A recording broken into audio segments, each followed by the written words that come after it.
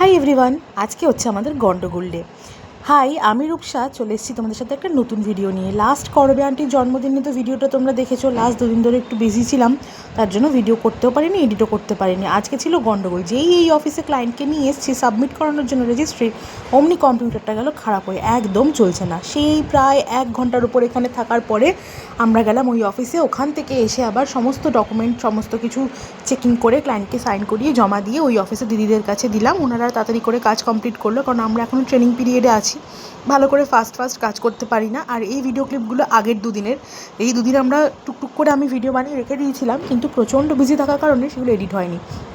তার মধ্যে হচ্ছে একটা গন্ডগোল। কম্পিউটার কাকু কম্পিউটার সারাতে এসছে, রাস্তায় আমাদের ওখানে একটা বাড়ির পাশে রয়েছে হচ্ছে এক বড় বড় আর কি ছাগল পোষে।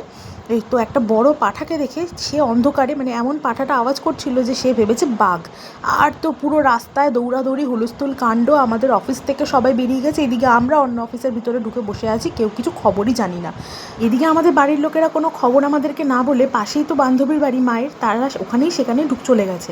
আমাদের আর কেউ বলেনি, মানে আমাদেরকে নিয়ে কারো কোনো চিন্তাই নেই। যদি সত্যিই বাঘ আসতো আমাদের খেয়ে নিলেও কেউ জানতে পারতো না। আমরা তো একটা রুমে বসে, মানে আর কি এই রুমটায় বসে যেখানে রেজিস্ট্রি হয়, শর্টিংয়ের কাজগুলো কমপ্লিট করছিলাম। আর আমরা পরে তো শুনে কি হাসি যে একটা বড় পাঁঠাকে দেখে ওই দাদাটা আর কি যে কম্পিউটার সারাতে এসেছিলো সে ভয় পেয়ে গেছে। যাই হোক, আমাদের কম্পিউটার সারিয়ে তো চলে গেছে। প্রিন্টিংয়ে স্ক্যান করতে আর কি অনেক কিছুতে প্রবলেম হচ্ছিলো, সেগুলো কমপ্লিট করে এই যে এখন ভাইয়ের থেকে পুরো গল্পটা শুনছি। ভাই এসে আমাদের গল্পটা বলছে।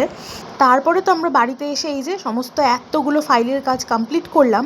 আর তারপর কিন্তু আমরা সবাই মিলে বাড়ি চলে এলাম। তারপর আমরা এখন ফ্রেশ হয়ে নিচ্ছি। আর তোমরা আমার ভিডিওটা দেখে লাইক করে দাও, কমেন্ট করে দাও, শেয়ার করে দাও, সাবস্ক্রাইব করে দাও।